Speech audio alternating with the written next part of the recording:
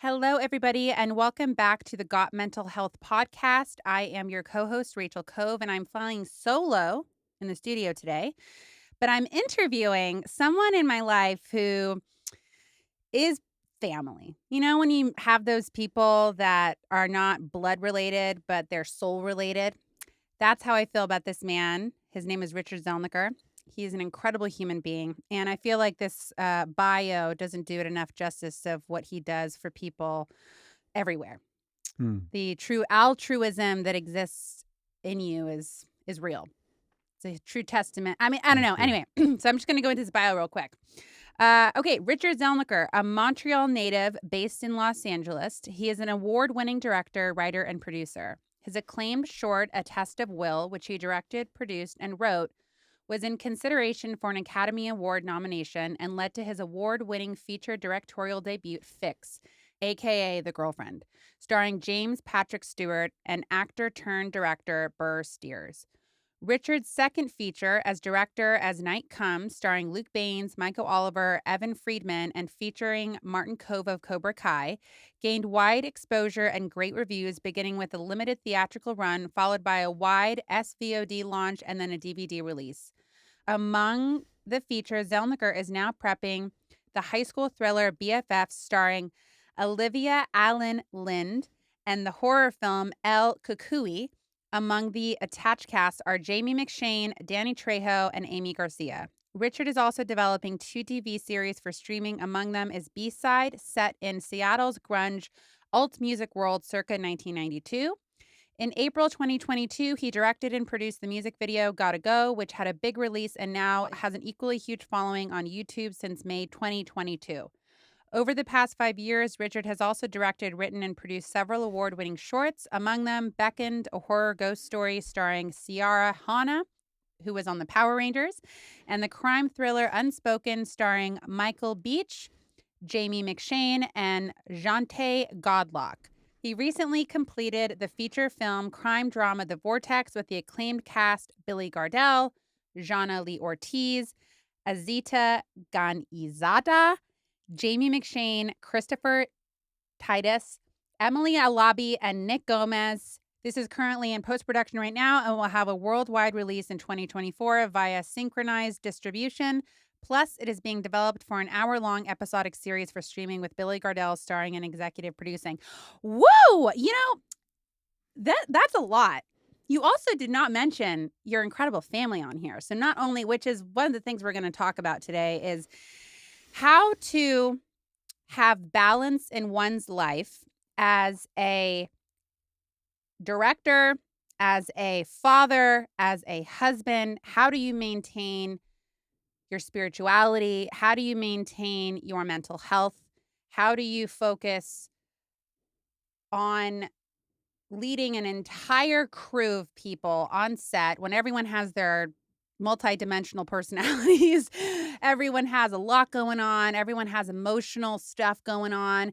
And I know that you are one of those people that no matter what, you put God first. I know that you are one of those people. And so, first of all, when I say I know that you're one of those people that puts God first, what does that mean to you? So, first of all, I want to say that I am incredibly, incredibly honored to be here. For your audience, for the people that have been following you all these years, I just want to say Rachel and I go back to when Rachel was a young, wonderful, finding herself confused. No. But really, True. I've known Rachel since she's 11 years old, and I have the privilege of calling her my godchild, and her brother Jesse is also. I am godfather to Jesse, and the question about how do I maintain my spirituality with my family, with my work. One of the thanks, great question. And again, so happy for you and all the success you're having now. I just want to get right into it. Yeah, we could talk about everything, but how the Yeah. fuck do you put God first? So Rachel, the idea of of God first, the universe first, spirituality first, above and beyond anything else is in my experience, because of 35 years ago, I had a big change in my life. I stopped using drugs. I stopped using alcohol. I actually started to flip my bad behavior into altruistic behavior and started to, I guess to frame it is I put myself in a position to help others and when I made that change in life, everything else seemed to fall into place. In fact, the only way in which my career, my movie career, my writing, my producing, my directing, even started to manifest was when I started to put, as we love to say, God first. Have you always believed in God? Yes, I have always believed that there was a power running the universe, but I always like to say I never had the ability or the skill to access God. I couldn't find that power for the longest time. And interestingly enough, that you have this podcast called Got Mental Health. I was really drawn to be on this show with you because mental health, it's such a wide, expansive conversation. And really, when we use that, we sort of have this expression between us like God first, the universe first, helping others first, having a sense of wanting to put your hand out and comfort others first. All of that, in my experience, um, has to come first in order for the creative workings to actually manifest. I love Does that make any it makes sense? so much Oh, sense. And I love that you used the language earlier, access to God. Do you believe that everybody has access to God? I do. I do. I think it's a choice, and I think in my experience, because I have been in recovery from not simply my time away from uh, the addiction of drugs and alcohol, but I've been away from bad behavior, which is also an addiction. I've been away from that for many years, like, and it's been, let me go back one one second, like, to access this power that I like to call this power that runs the universe is to really, is to be in touch with who we are. Like, for me, this God, this universal power is really, an intuition, is an instinct, um, and really that's why, I parallel having having access to that power gives us more ability to be creative because we become we sort of unblock ourselves. We just we just sort of open ourselves to the truth. And when we open ourselves to the truth, we get to write more interesting stories. We get to write more honest characters. We get to film we just get to film more of the truth. And so I think our stories become more authentic, more real, um, more grounded, uh, and more accessible for all the other humans. Because I think what we're all looking for, Rachel, the one thing I really believe to the marrow of my bone that we're all looking for is connectedness. We want to be connected. And stories, God, stories, right? Connect us, right? They connect us. Characters connect us. Plot, story. But what's really heartbreaking is when we want to put our hand out and we want to connect to that woman. We want to connect to that brother, that sister, that dad, that mom, and there's a there's blockage, that's when I utterly and completely believe and have experienced that when we bring this God first notion into our lives and into our everyday experience, we can have that connection. And there's nothing greater or more beautiful than that. And I believe God is in all that. There's a book that you and I love, and it says that God underlies the totality of Mhm, things. mhm, And it has always been one of my favorite lines in this mhm, book. mhm, And I think for some people, they'll be like, well, what do you mean? God's this guy in the sky. mm-mm. That's not my experience. Mm-mm. And I'm okay if people have that Mhm, experience. mhm, I think that one of the beautiful things is when you do this work, you allow other people to be who they are. mhm. And if someone needs to have a paternal God to rely on and trust in, then you let them. I think it's interesting that it's a power of your own, it's a God of your own Mhm, understanding. mhm, Yeah. And I think that what you said was so powerful that we're all just seeking connection. It's innate. We're innately designed to connect. mhm, And I think that art is God. That's mhm. what I believe art is. I believe that art is God because I had this, is it called revelation? I had this revelation recently that art can only be done in the present moment. Mm, that's that's stunning. It's stunning. It can only be done in the present moment. And God can Where only, there's no distraction. yes, There's no distraction, you're just in it, right? yes. And And if, isn't that what acting is about? Great yeah, acting is about that. yes, Being in that moment and being true to that moment where yes, nothing else is in the way. yes. Nothing keeps us from that truth. It's truth.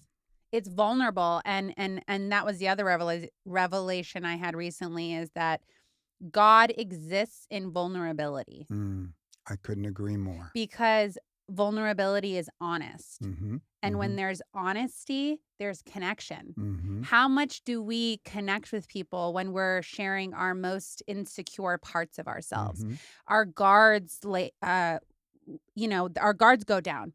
We're like, okay, like this person admits that they have fears. They admit that they had weird sexual experiences. They admit that they don't feel good enough sometimes. Mhm. And then all of a sudden we're really human. We're connecting here. And I do believe that connection heals addiction. Totally. And to that point, when you're revealing yourself about your vulnerability and the person you are in presence with is revealing in turn themselves, then the openness and the beauty of being human is there, which is again that power that we're all seeking. And so in that moment, everything is utterly and completely perfect. Perfect. And I think when we're making movies or we're writing scripts or we're filming actors, you know, I always say to my crew whenever I'm working, the most important person in the room right now, as we're working on set, is the person in front of the camera because they are representing us to tell the truth to the audience. Woo! I just got chills. Oh my God. I've never heard anyone say it like that. But isn't it? That is so true. That's why, for me, it's acting and singing and writing. Like Mhm, those are my three biggest passions. mhm. And I don't know what comes first. It just depends what moment I'm in. But when you said, like, actors are portraying the human experience, how Yes. gorgeous is that? It's remarkable. Some of my experience has been that you're on set and, you have, of course, design and you have art, art design and production design and costume and makeup and everything that helps the actor to live in the moment. I have actors I've worked with that have said to me, if I step into certain shoes, I then become the character. And so, with all that embodying the moment on set, the actor then, you know, we frame the actor, we position the camera, and then it's like, okay, everybody, let these let these people, let this person now just elucidate the truth of whatever the script, of course, they're playing characters and there's been some there's been script writing and there's been dialogue written, but then we have to all get out of the way and let the actor tell the world that moment. And in that moment, the truth is going to be spoken and they're going to experience incredible human connection. That's why Mm, art and spirituality are so they're intertwined. married. They're married together. I couldn't agree more. They're married. And I love working with people who understand that my humanity as a filmmaker and your humanity as an artist, we're the same. We're the same. We really are. And that's why I'm often heartbroken at the state of the world because all of us just want that one thing, Rachel. We just want to go, hey, I'm here too. Me too. I'm feeling exactly what you're feeling. You're scared right now. Me too. You're feeling afraid right now. Me too. It's and what do we do when we make movies, when we recreate stories? Me too. So the audience out there is sitting there watching you. You're an actor, watching your brother who's an actor, your dad who's an actor, watching you guys and going, me too. What a gift that we get to give the world, I mean, and what a gift we give each other. I know, it's incredible. I mean, you said it. You said we're looking for me too, right? I do believe that we are born from connection. Mm. I believe that sperm meets egg, right? If we want to go Mhm. there, Yep. there's that. Yep. And then we arrive in the belly, Mhm. right? But for 9 to 10 months, we are one with our mother. Absolutely. We are one with our mother, whole, complete. We know nothing other than complete peace. But in that, we are one with The the creator. God, the Yes. creator, that Yes. that power that runs everything. Because, oh, I'm going to go deep here. God lives within us. I couldn't agree So if more. God lives within us and I'm a baby in the mother, I am one with my mother. I am one with God. Yes. Until I separate from my mother and all of a sudden I'm no longer one with my mother. I'm no longer one with this God. This ego starts forming Mhm. and we start learning I need something outside of me to keep me alive. All of a sudden, I'm no longer attached to this umbilical cord where I'm just being fed all the time. Right. Now I start needing things outside of me in order to keep me alive. Mhm. And I think there's this longing deep within us to go back to wholeness. I really believe Uh, that every human being has this longing to go back to wholeness, to go back to the creator. And I think that the only time we truly ever feel that wholeness, in my experience, well, one has been in meditation, mhm. but I'm connecting to God in a higher power. It doesn't come from being alone, it comes from connection. So the other is art. Yes. Right? When you're Yes. watching a film, when you're listening to that Led Zeppelin song. I was watching Led Zeppelin perform at Madison Square Garden with my mother recently. And I was looking at the screen and I'm like, "Mom, what is this feeling Feeling, I'm yeah. feeling?" She's like, "That's music. How do you describe it? I don't know, but I want to eat it and I want to love it and I want to fuck it and I want to like do everything Thing. with Yeah, it, yeah, yeah, like yeah. but that's just like that's what art does for us. And I think that if you really, we're always, it's connection. God, that was Yes. so Yes. perfect the way you said that. It's always connection. Well, to that point where you're saying when you saw Led Zeppelin singing, Robert Plant doing what he does, because I remember when I was a wee little young man watching the Led Zeppelin, and I could go on with so many other amazing musical artists. But when you yourself are in front of the microphone and you're singing in that moment, when you, Rachel, I've heard you sing, and I've seen you just watching you, let alone what I'm hearing, watching you sing on a video.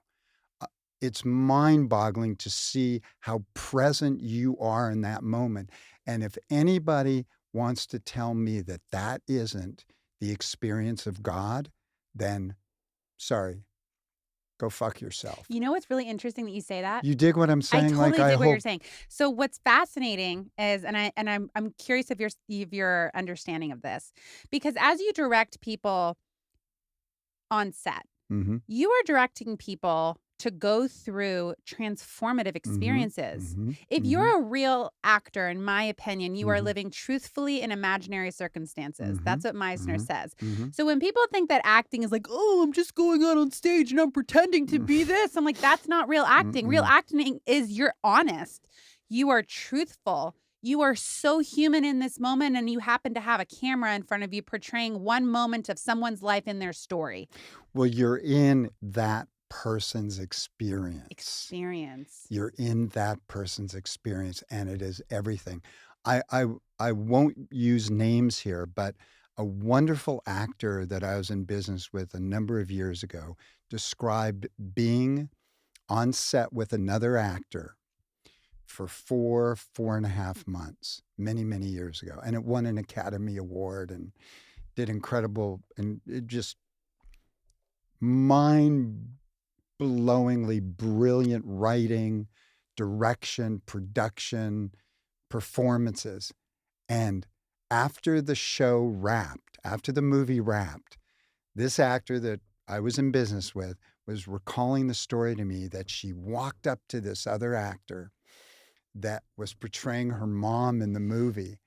And she looked at her and she said, "See you," hugged her. And all of a sudden, someone else came out, like another personality came out.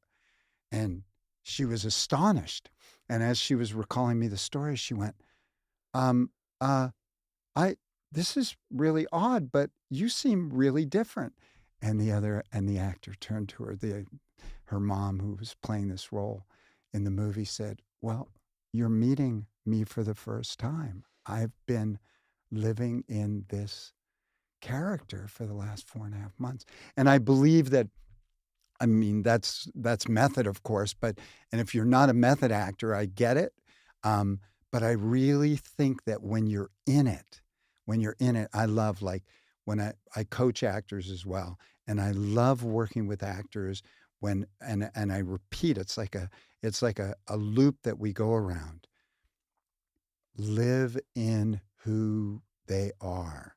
Don't be afraid to go to that place. Do not be, you'll be fully protected because you're telling the truth. And if it's somebody that, if it's a character that is just, I don't know, heinous or, because even those characters, the dark, dark, dark characters that I love to write about and I love to make movies about are also just human beings having a human experience. And we can't judge them. It isn't our place to judge those dark characters because they don't know that they're dark.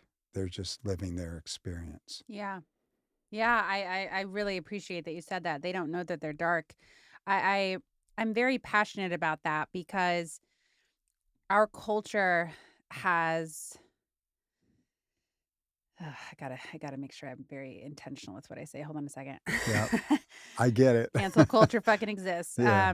I don't believe that we can change evil or bad behavior or shameful behavior by ostracizing human beings, Mm, by shaming human beings. mm, I believe there are consequences to specific actions. mhm, mhm, And I'm really tired of watching people in the media who do bad things. I don't know how we change if we shame people to death. I don't know how human beings are going to feel comfortable and intrinsically motivated to change bad behavior if mhm, they become ostracized and rejected from society. You mhm, know, biologically, we have in our brains this desire to be a part of the group, because if I am alone in the jungle, I'm going to die by myself. Mhm. So we all gravitate towards the group in order to have that protection, right? Yep, yep. So if we know that, oh man, I did this really bad thing, but I want to make amends for it. I want to own, acknowledge, take responsibility for my behavior. But if I do that, I'm going to become a villain in the media, Mm, right? People are mm, going to talk horrible about me. They're going to mm. cancel me. They're going to cancel my family. I won't be able to get a job. My kids won't be able to get a job. I think it's a bad place that we're living in right now. Mhm, And mhm. I'm bringing that back to what you said earlier when you said, I like to make movies about dark characters. Um, why do you think that is? And do you feel like, yeah, let's just start there. Why do you feel like you like to make movies about dark characters? And why is it dark? Yeah, and, like, euphemistically, when we say dark or representationally dark, um, I happen to believe and have experienced throughout my life in the kind of connectedness I've had with people is that we all have secrets and we all have challenges and we all have struggles and I like to say to people, and I say this privately and I say this publicly, it's really easy for us to go through life telling the world or wearing a mask, uh, um, trying to show everyone that we're doing great and life is great and we're just floating through life and we're mastering life. But my experience has been that every human being has struggles. We all just being human is a struggle. Life is hard. Life is difficult. Life is challenging, whether it's when we're children, whether it's moving into adulthood or finding our truth or figuring things out. It's challenging and difficult, and oftentimes it's so difficult for us as prideful people to say, "Hey, you know what? I need some help. I'm I'm I'm having a tough time. I'm having a difficult time now. There's some challenges that I'm going through in my life and my family is going through some challenges." And I think that we as human beings, we intrinsically want everybody to think we're doing spectacularly well. So my attraction to dealing with the dark part of the soul or the difficult, or the darker parts of us, I think that we all share it. Mhm. We all share it. Mhm. And I also believe, that we all share the same secrets. They just may manifest a little bit differently. Mhm. And so for me, I'm always that person that wants to say, like, that man or woman, whatever they're going through today, as humans, they're reaching for the light. They're they're going through the darkness and they're trying to find that place, that that comfort, they're trying to get there and I guess it's about redemption. I guess it's about um, finding their way and I think it's important that we all share that so that the audience knows. Again, I'm going back to that phrase, "Me too." Yeah. I've been through that. I've Yeah. had whether it's sexual abuse, whether it's physical abuse, whether it was whatever, it was family trauma, whatever it is we've been through in our lives, I believe so many of us share that in common. And as you said so beautifully, like, shaming people around that just makes things worse. It's about us having compassion around that and understanding around that. Yeah. And thank you for saying that. I think that we shame in others what we have not compassionately accepted within ourselves. Mm. So I will judge you for things that I unconsciously judge within myself. Or even consciously Or sometimes. even Yes, consciously, it's right, and I was catching myself doing it last night. I was looking at someone's Instagram, and I just was judging them so hardcore, and I authentically say that out loud because we don't fucking do it. Excuse my French. I'm really Yep. actually really working on not cursing because I listened to another podcast recently where this person said the F-bomb every other second, and I said, "Oh, I gotta change that." Doesn't sound very good. But Uh every now and again, it's very it's appropriate. very I think it's impactful and powerful if it's every now and again. But, back to, what I just said, I will shame in others what I have not accepted within myself. I'm gonna tie that into why filmmaking is so important and why what you're doing is so important. When I watch something, I'm only drawn towards what's in me. Mhm, mhm, I am mhm, a mirror. So that mhm. anything I'm attracted to, it's because some part of that piece of art dwells within me, whether I know it consciously or not. I mean, if everyone is I watching. agree with you completely about Yeah, it. and so that's why. I mean, let's think about this. This is a really strange thing. Do you know what the number 1 most listened to podcasts are? Usually ones with the dark subjects. Crime. Crime. Oh, right, right, right, Crime. crime, yes. Yes, I was So true, shocked when so true. I was I actually shocked. wasn't shocked when but yes, I you're was absolutely shocked correct. because I can't listen to that stuff late at night. I get way too scared. I Tr also but just it's true crime, isn't it? it's It's true actual crime. where sociopaths are like, Psychopaths. Like doing killing. yes, Yep. it is the most listened to topic. You're right, And I'm you're like, right. that's really interesting. Yeah, Why are we obsessed with that as a I culture? know, I We're know. drawn towards the thing, not saying we're all serial killers. I know we're not. But there is something that I do believe psychologically, we're drawn towards the thing that's not spoken about. Right, The thing right, that will ostracize us from the group. right. We're like drawn to it. And I think that we don't want to act out from that place. What we want to do is learn where do I have similar feelings? Right, right, Right? right. Have I ever felt like I wanted to bully someone?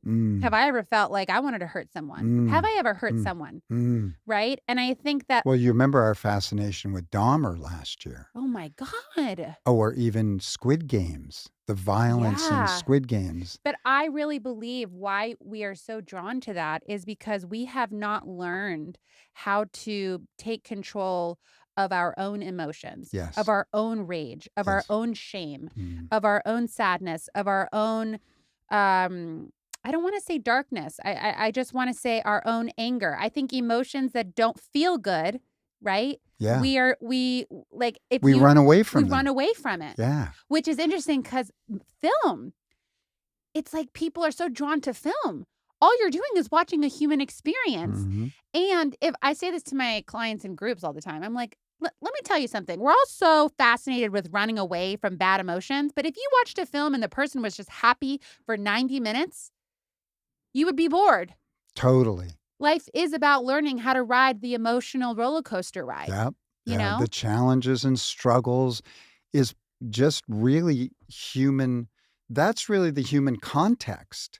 I mean, if you think about historically, anthropologically, biologically, like Adam and Eve, hello.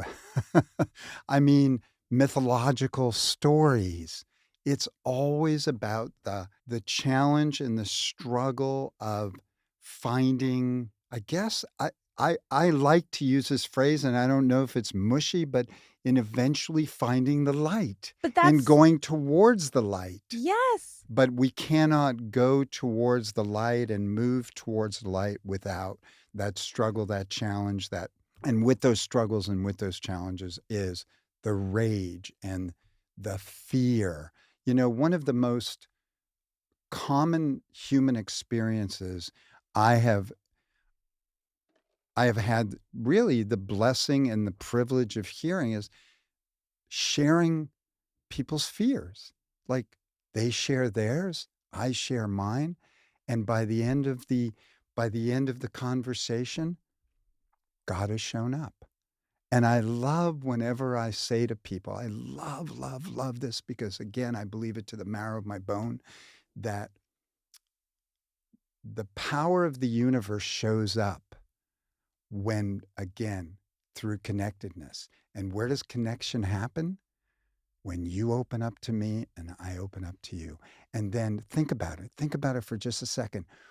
When you sing a ballad, my God, you are connecting to that power. And that's why when we hear like Whitney Houston sing, or we hear Celine Dion sing, or we hear Robert Plant sing, or, oh my God, how come everything in us just melts?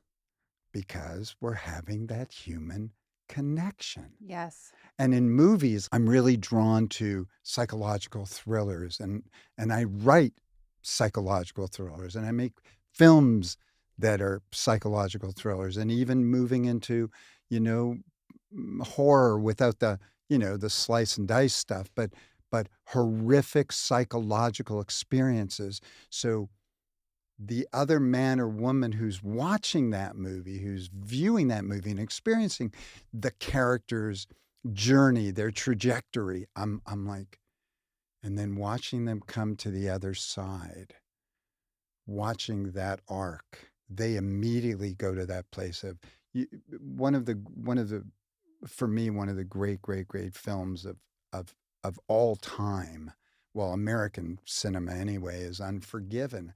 And watching Clint Eastwood's character go from the very beginning to the very end, like you see evil, and then you watch the light wash over him in the end. It's just stunning. It's Mm. just stunning. And that's what I'm most drawn to in art, because I'm most drawn to that actually in human beings. Because, when someone comes along and says, "How's it going?" And the man or the woman says, "Everything's just great. It's stunning. Life is just great." Really? Really? Is it just so great? Oh my God. It is so great. I just want to vomit because I know they're not telling the truth. Yeah, they're And those, farting sunshine. exactly. And those secrets and lies are killing them. Mm. And all I want to say is, give me your hand. It's okay. You can tell me what's really going on, and you don't have to have any shame around it.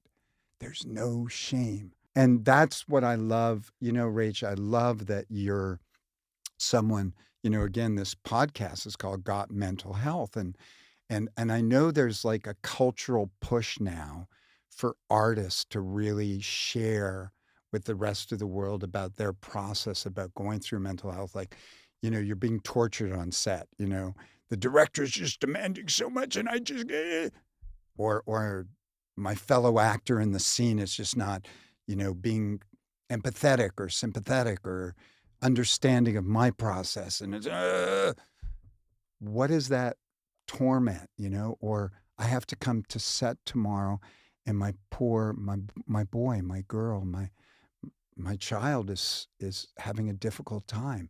How do you take that process? How do you process that and then go and bring the very your very how do you focus in bringing your work to the set that day and make it all work with all of that going on? I don't know. I Oh, don't I know. do. Okay, please. Well, I love that you said that, and by no means am I perfect. I'm always learning, but I have figured some stuff out, you know? I I mean, know you I've have. been on this journey for 17 years, and I have a son, and I have no greater spiritual teacher and motivator than my child. He deserves the best, Mm, which requires me to level up daily. mm, So he's actually here in the studio, and this morning, I had to keep him home from school, mhm, and I had to film 2 podcasts. I had a mhm, group to go facilitate. I had 3 projects today that I'm supposed to finalize. So, what do, right? mhm, In that moment, I have to let go of everything I thought would be going on in my schedule today. So I'm practicing acceptance. I'm mm, practicing letting go. mm, Then I recognize my head starts to start spinning. What if I don't make it to the podcast on time? What if I'm not prepared? What if I don't have enough time to research everyone I need to research? Okay, so then I notice, I mindfully observe what my thoughts are doing. And mm. I pause and I go, I'm not my thoughts. I'm going to take control of my thoughts right now, right? Right, right. Then I pray. Mm. and I say, "Hey, God, I'm going to turn this day over to you. Whatever is supposed to happen is supposed to happen. If I'm late, I'm late." Mhm. Right? If Mhm. I'm judged and I look unprofessional, then they judge me and I look Mhm. unprofessional. Mhm. Right? So I practice a lot of acceptance, letting go, and I challenge my fears. Okay, so what is the fear underneath them seeing you as Mhm. unprofessional? Mhm. The fear is they don't see that I'm perfect all the time. Right. Okay. Right. Right. Can that be That's okay? okay. Can that be okay? Yeah. You do a podcast on mental health, like, you know what I mean? Is that okay? Yeah. So then I go, okay, that's okay. And then and so here's the thing with, especially, and I'm sure you relate to this, you are such an incredible father. Thank you. Spending time with your family, like that's why I started off the podcast with just going right to the core of how do you put God first? Because you know the tree by the fruit that it bears. Yeah. And when Yeah. I met your kids, I've never met any other kid like that in my life. Thank you. Thank 16-year-old you. and 18-year-old, Thank you. man, phenomenal children with especially teenagers in this day and age, Yeah. mostly narcissistic right now. Yeah. They were kind, they were sensitive, they were curious, they asked questions, Mm. they were still and not on their phones. On their frickin' I phones, know, I'm I like, I'm know. trying not to curse, right? But it was so beautiful, and you know the tree by the fruit that it Yeah, bears. So I yeah, go, "Okay, that's because of you and your wife." yeah.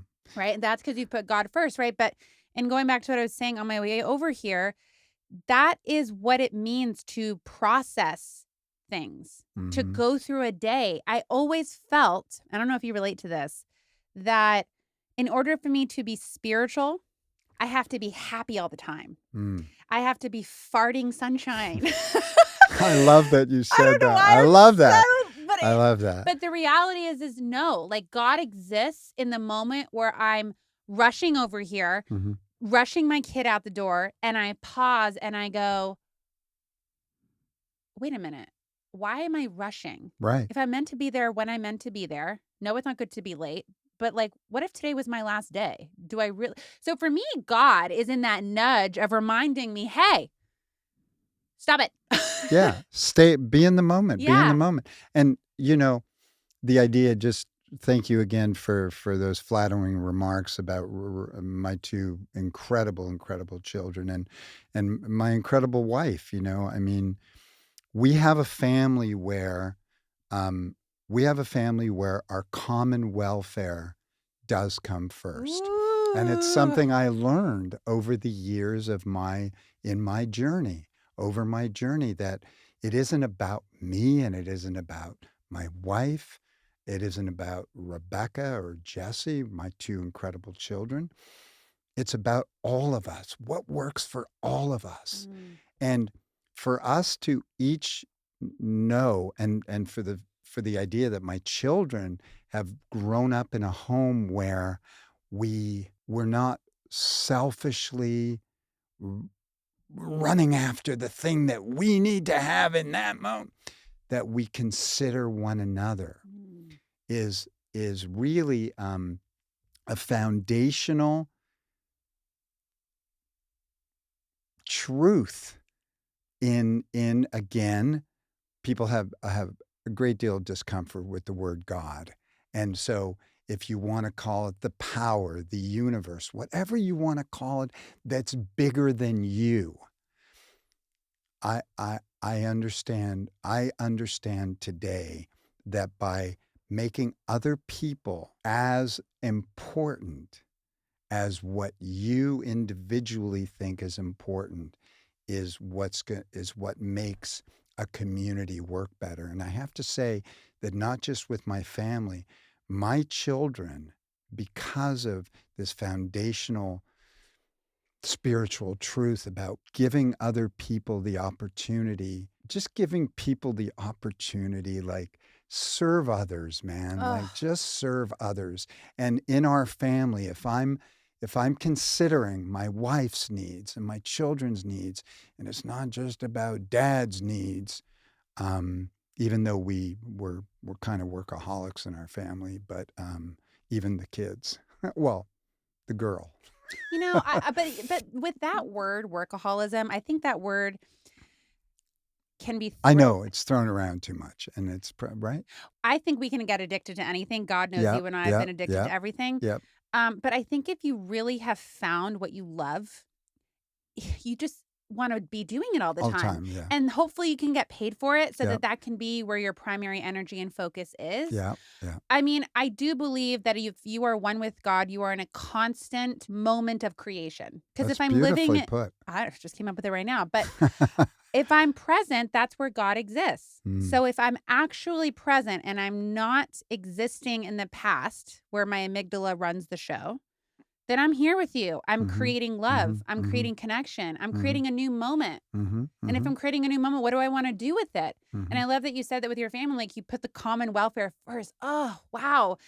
Something you said to me recently is that your daughter has always heard you helping other people on the Mhm, phone. mhm, And that reminded me of an experience I had with my son recently.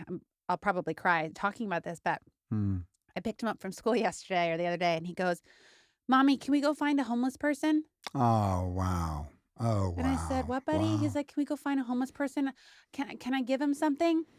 A Mm, kid. It's not because, like, he drove past a homeless person recently with his dad and me, and he was distraught that someone wouldn't have a blanket. He was like, "Could mm, I give him my mm, blanket?" mm, I think it's innate in us to mhm. wanna be of service, to wanna Yes, help, and I think that for the parents listening, your kids watch what you do more than what you say. of course. So if they see you considering people all the time, not putting your other people's needs before yours in an unhealthy way where it's codependent, Mhm, but they see you having boundaries, right? They mhm, see you honoring time. mhm. Uh, you know, Yeah, I know. yeah, I know you know. Scratch that. But that's why I admire you so much. You know, Mm. you're a true artist, you're a true director, and like I love you'll admit when you fuck up. Oh, yeah. And I think that when people, I need people to understand this. When you can humble yourself to take responsibility of your bad behavior, Mhm. you create trust and safety in your relationships. Yeah. Because then the other person that you're in relationship with, whether it's family, whether it's romantic, whether it's colleague or friendship, they know that they can relax because they know that if you do something that offends them, you can bring it to their attention and they'll own it. They're not going to Absolutely. make you feel small. Do you Absolutely. feel like in your family? Well, to that point, I'm just saying that perfectionism is is is a fault. And Hmm. so many of us want to do everything perfect. And by the way, never going to happen. Yeah, what is perfect? Yeah, what is perfect? Have you And met like a mm, perfect no, person? I would say that, the universe kind of works perfectly in its own unique and fascinating and incredible way. But we as human beings, that's just part of the beauty of what we are. Yeah. We are we are vulnerable, we are frail, we are imperfect. And you know what? It's the imperfect that makes us so incredibly attractive. Oh, my And favorite artist right? is Jackson Pollock There you go. because all the mess is coming together. You know what I think? What? I think human beings resist their own fragility. Mm. I think human beings I think it's just because 'cause they're terrified of it. They're of death, afraid of it. they're afraid Bit of of a death, they're afraid of feeling yeah. powerless. Mhm. I think we come into this world small. Mhm. Mhm. Looking at these big people, Mhm. we Mhm. feel that. Mhm. And I Mhm. think there has been in our culture this shame unconsciously around one's own powerlessness. Right, right. So then we try and seek power. Mhm. And I think that if that's not And control. and control, right? Yeah. Because if Yeah. I didn't feel safe as a kid, if someone Yeah. doesn't feel safe as a kid, they feel powerless, out of control, but yet they need these Mhm. adults to take Mhm. care of them. Mhm. So it's Mhm. this like cycle. And I think that, bringing it back to film, one of the reasons I think film is so impactful to human beings Mhm. is it validates people. Yes. Yes. Have you Yes. heard of something called cinematic therapy? I have. I'm sure therapists use it. Yeah. Well, I mean, I mean, if you think about it, most people don't grow up with therapists as parents. no. Right? No. Most people, especially now, I mean, in the last 100 years, it wasn't common for parents to tell their kids, "Let's go feel our feelings." Yeah, right. Right? So a lot of children grew up into teenagers becoming adults, watching film and television shows to model for them how to exist in the world. Right. And how to feel. How to feel. Yes. How to feel. If you ask people when they usually cry, It's when they're watching a movie. Absolutely. And you know what? I will tell you that people's first kiss, people's first love, people's first breakup, they know the song, they know the movie, and they know the dance. What was yours? Oh, I can't reveal that. But it is art and human experience are intertwined. You cannot separate them. So when we watch or hear an incredible song, you mentioned, some of the work I've done where there's a phrase that my friends and I like to use, and we go, "Richard is the Prince of Darkness." But I do the best I can to really expose the darkness and then say, okay, and just to the right and just to the left is the light. Aw. But let's reveal this so that we don't have secrets and lies and and there should be no shame around it. Perfectionism is a horrible, horrible thing that we have to live by because people will stop themselves from creating. Like, I can't write that story. Ugh, It's not going to be perfect. I I know. can't write that script. It's not going to be perfect. God, to go out and get a camera and go do a movie. Oh, God, it's not going to work out. Why should I start? Just grab that freaking camera, grab that computer, knock out a story. And I'm telling you, man, my experience has been As Night Comes is a movie that Rachel, that I did with your brother and with your brother Jesse. And we started with a camera, two actors, and then I said, we're just going. We're Yeah. just going. And the next thing you know, took 2.5 years. We made a wonderful film. And a 16-year-old young man co-wrote the script with me. Yeah. A 16-year-old young man, Ryan Cohn, who is a wonderful, wonderful writer now, big success in the television world. And we went out, we made this movie, and then we ended up on 37 platforms. We ended up in the theaters. It's Check it out. unbelievable. Yeah, yeah, And I think that's what happens when you put God first, to yeah. wrap it all up in a little bow. Mm.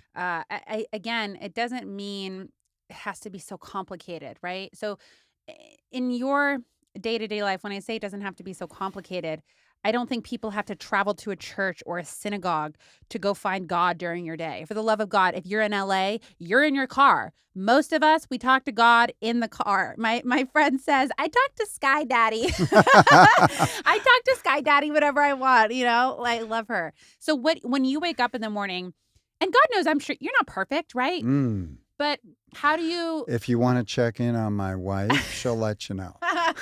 how do you prioritize your mental health during the day? Like, what's your routine like in the morning? Do you have like an inventory process? I love that you asked me that. And I have to say, for anybody who's listening to this conversation that Rachel and I, by the way, I'm having the best time The with you, Rachel.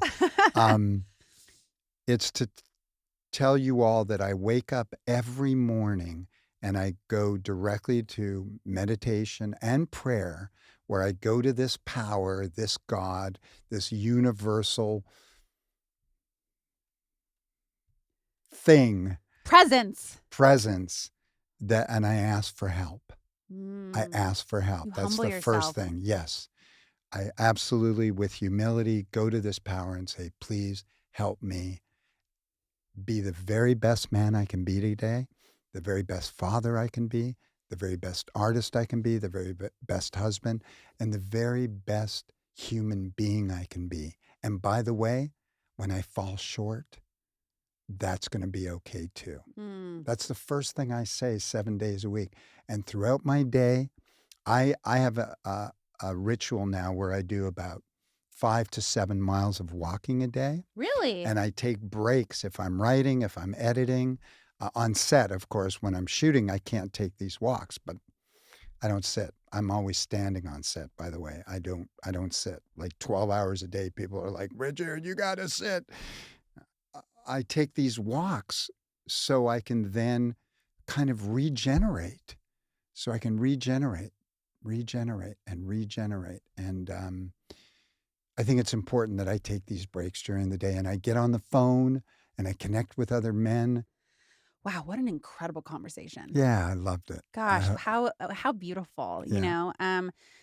I think the theme of today's conversation was connection. Mm, And I think that for anyone listening throughout your day, seek connection, yes. right?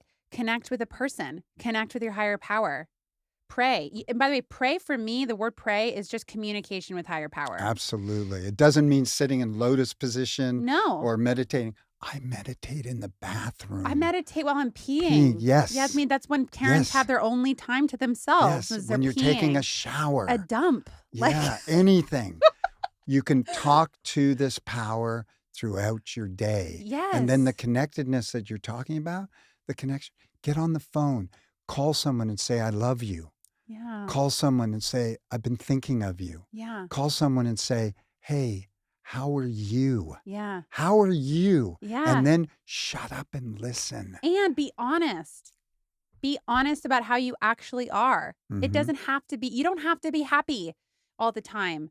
But a lot of people don't know how to just be unhappy. A lot of people don't know how to be sad. Mhm. And the reality is if you actually learned how to walk through the uncomfortable feelings, you have about 20 minutes of being in that uncomfortable feeling and then you're back to feeling joy again. Like that's just how it works. Works. It's just how it works. Uh, If you're driving, connect to music. yes. How can you seek connection in your life today? How can you seek connection with your wife, with your son, with your daughter, with your spouse, with someone that you don't necessarily like? Can you still be, can you still connect to compassion, right? Like, ooh, this is really interesting, right? It's like, how do you, it's not a matter of just connecting to people. How are you connecting to compassion? Mm, How are you connecting to joy? I love How that. are you connecting to humility?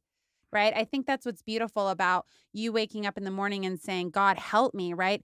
It's this honest moment where you are saying, "I don't have to be in charge." Right. And I actually think and this is like this brings me to like divine masculine and divine feminine.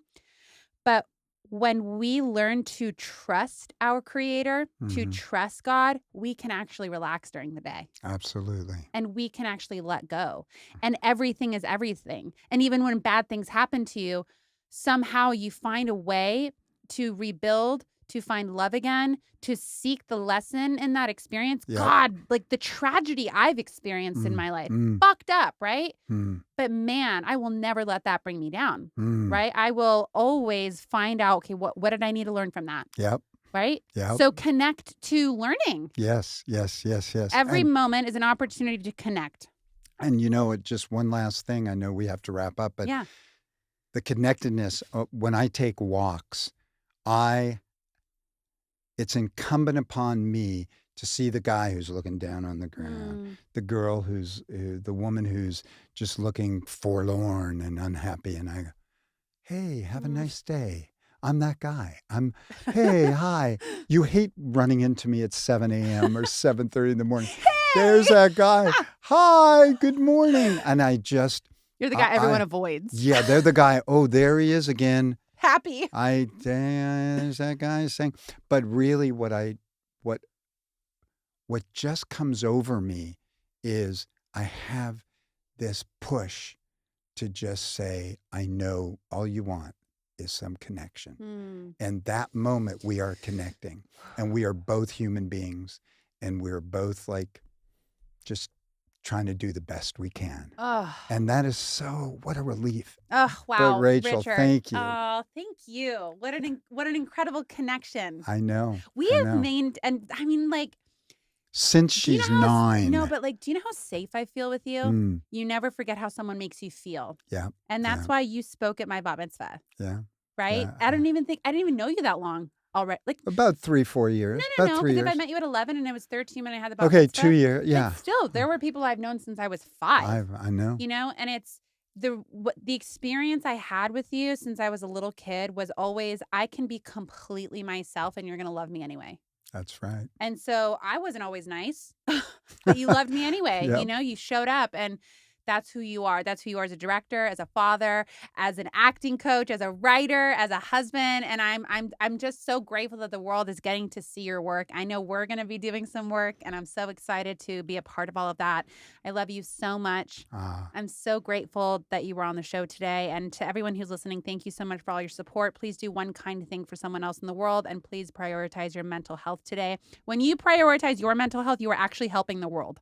When you become a better person, you are helping the rest of the world. So the world is dependent on your mental health today, guys. Amen to that. Woo! And Rachel, I just want to say it meant the world to me to come out here and be with you. And thank you for giving me the opportunity to just have this connection with you in a public forum. Yeah. Because we have it off camera or off mic. Yeah. But I'm so glad that we were able to share this with the world. What do you like it better off camera, or do you like it better on camera? I'm kind of we'll boring see. right now. All right. All right. Thanks, guys. Bye-bye.